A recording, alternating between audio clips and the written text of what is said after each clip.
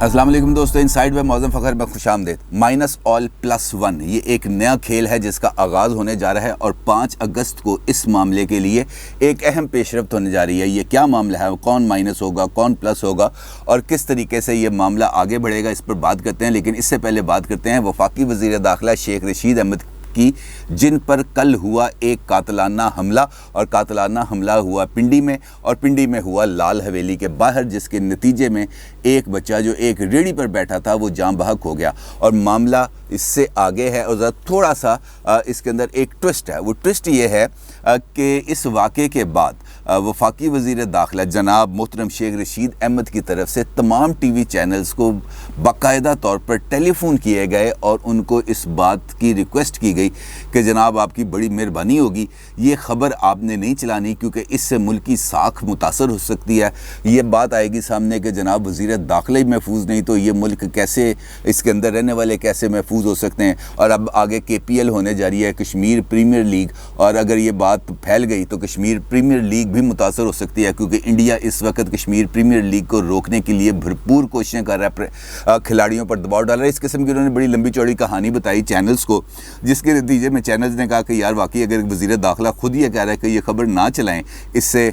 نقص عامہ کا خطرہ ہو سکتا ہے، اس سے جو ملک دشمن عناصر ہیں ان کو زیادہ تقویت مل سکتی ہے کہ جناب دیکھیں ہم نے تو وفاقی وزیر داخلہ کو ٹارگٹ پر رکھ لیا تو ہمیں اس خبر کو نہیں چلانا چاہیے۔ لہٰذا ایک دو جگہ پر ٹکرز چلے کہ لال حویلی کے باہر فائرنگ ہوئی ہے، ایک بچہ جو ریڑھی پہ بیٹھا تھا وہ جاں بحق ہو گیا، اور اس کے بعد خبر دائیں بائیں ہوگی نہیں چلی۔ لیکن آج خود شیخ رشید احمد صاحب نے اس سارے واقعے سے خود پریس کانفرنس کے اندر یعنی کہ میڈیا ٹاک کرتے ہوئے اس پورے واقعے سے پردہ اٹھا دیا۔ تو سوال یہ پیدا ہوتا ہے کہ اگر انہوں نے خود اس واقعے سے پردہ اٹھانا تھا تو کل اس خبر کو رکوانے کی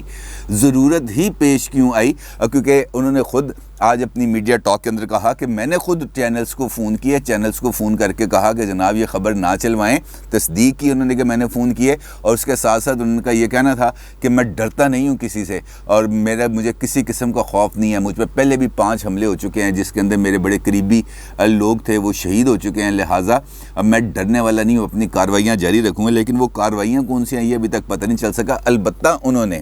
آج ایک مرتبہ پھر سیاست چھوڑنے کا اعلان کر دیا، اور اب اس کو سیاسی مبصرین اس نظر سے دیکھ رہے ہیں کہ شیخ رشید احمد صاحب پر حملہ ہوا اور ساتھ ہی آج انہوں نے سیاست چھوڑنے کا اعلان کر دیا، اور ان دونوں کے درمیان اگر لنک ہے تو یہ لنک یہی بنتا ہے کہ شیخ رشید صاحب ڈر گئے۔ اصولی طور پر شیخ رشید صاحب کو یہ بات اس طرح کرنی نہیں چاہیے تھی، کیونکہ خود تو وہ لال حویلی میں رہتے نہیں، کیونکہ جس وقت لال حویلی کے باہر فائرنگ ہوئی شیخ رشید صاحب تو لال حویلی میں موجود ہی نہیں تھے۔ وہ تو ارطغرل غازی کی طرح فریڈم ہاؤس کے اندر کبھی گھوڑا چلاتے ہوئے نظر آتے ہیں اور کبھی روئنگ کرتے ہوئے، کشتی رانی کرتے ہوئے نظر آتے ہیں، اور خود اپنی تصویریں اس قسم کی وائرل بھی کرتے ہیں، اور خود انہوں نے اعلان کیا کہ میں سیاچن جاؤں گا، لیکن پھر سیاچن سے بھی گئے، سکردو ٹوپی پہنی اور واپس آ گئے، اس کے علاوہ تو کچھ بھی نہیں۔ لہٰذا ان کی باتوں کو کس حد تک سچ لیا جا سکتا ہے، ان باتوں کو کس حد تک جھوٹ لیا جا سکتا ہے، اس کا فیصلہ تو آپ ہی کریں گے۔ جہاں تک رہے گی بات سیاست چھوڑنے کی، تو ان کا یہ کہنا ہے کہ میں نالا لئی کا جو لئی ایکسپریس وے اور نالا لئی کی جو اس پر جو پروگرام ہے جب تک وہ کمپلیٹ ہوگا یہ میری لائف کا آخری سیاسی لائف کا آخری پروجیکٹ ہے، اور جیسے ہی یہ کمپلیٹ ہوگا تو میں سیاست چھوڑ دوں گا۔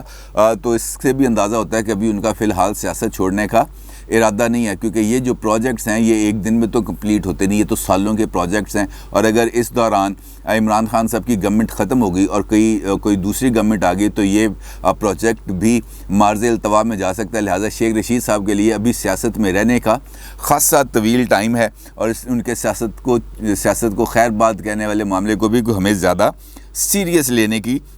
ضرورت نہیں ہے۔ اب بات کرتے ہیں اپنے اصل ٹاپک پر، -all اور +1 یہ کیا کھچڑی پک رہی ہے۔ آپ کو معلوم ہے کہ ہمارے ملک کے اندر کچھ ایسے طبقات بھی ابھی بھی موجود ہیں جو یہ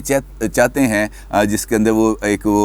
آتا ہے نا، وہ کہتے ہیں کہ گلیا ہوجن سنجیاں وچ مرزا یار پھرے۔ لوگوں کی یہ خواہش ہے، چند طبقات کی، کچھ طاقتور حلقوں کی بھی ہو سکتا ہے، یہ والی خواہش ہو کہ تمام پولیٹیکل قیادت سائڈ پہ جو عمران خان اکیلے دن دناتے رہیں ہمارے پولیٹیکل بیٹل گراؤنڈ کے اندر، اور یہاں پر جھنڈے گاڑتے رہیں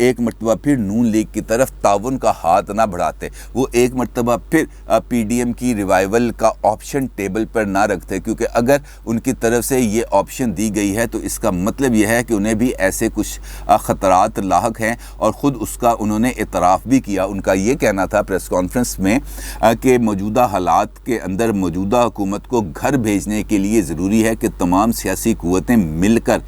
اس نیک کام کے اندر ایک دوسرے کا ہاتھ بٹائیں اور اس حکومت کو گھر بھیجیں۔ انہوں نے شہباز شریف صاحب سے کہا کہ ہم آپ کے ساتھ آپ کی طرف دستے تعاون بڑھاتے ہیں کہ آئیں سب سے پہلے پنجاب حکومت کو گھر بھیجتے ہیں، پنجاب حکومت کو گھر بھیجنے کے بعد جو فیڈرل گورنمنٹ ہے وہ خود بخود گھر چلی جائے گی۔ اب دیکھنا یہ ہے کہ نون لیگ اس بارے میں کیا فیصلہ کرتی ہے، کیونکہ پیپلز پارٹی کی طرف اب خاصا دباؤ آنا شروع ہو گیا، کیونکہ فیڈرل گورنمنٹ نے سندھ کو ٹارگٹ کرتے ہوئے سندھ کی پالیسیوں کے اوپر اور سندھ کے اندر اپنے لیے نئی گنجائشیں پیدا کرنے پر کام کرنا شروع کر دیا ہے، اور اس بات کا پیپلز پارٹی کو بھی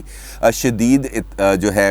اس کا ادراک بھی ہے، اور وہ یہ سمجھتے ہیں کہ اب ہمیں اس سیریس چیلنج کو ایک سیریس چیلنج کے طور پر لیتے ہوئے اس کا جواب دینا ہے۔ اور اسی لیے بلاول صاحب نے کراچی کو خاص طور پر ٹارگٹ کرتے ہوئے اپنی جماعت کو اس بات کی ہدایت دی تھی کہ جناب فوری طور پر کراچی کے اوپر فوکس کریں تاکہ ہم اگلے الیکشنز کے اندر کراچی سے میکسیمم سیٹیں حاصل کر سکیں تاکہ ہم نئی حکومت بنا سکیں۔ اور بلاول صاحب کو تو اگلے چند ماہ کے اندر الیکشنز ہوتے ہوئے بھی نظر آ رہے ہیں، لیکن سوال یہ پھر اپنی جگہ پر موجود ہے کہ اگر پاکستان کے اندر سیاسی سسٹم اور سیاسی نظام اور سیاسی جماعتیں اور سیاسی قیادت اس حد تک یکسو ہیں تو پھر ہمیں آگے بڑھ کر عمران خان کی طرف سے مسلط کیے گئے اس نظام کو جڑ سے اکھاڑنے کے لیے ہر ممکن قدم اٹھانا چاہیے، کیونکہ اب اگر ہم اور ہماری سیاسی قیادت اگر اس معاملے کو سیریس نہیں لیتی تو پھر مائنس آل ہونا طے ہے، اس کو پھر کوئی نہیں روک سکتا۔ اگر آپ نے مائنس آل ہونا ہے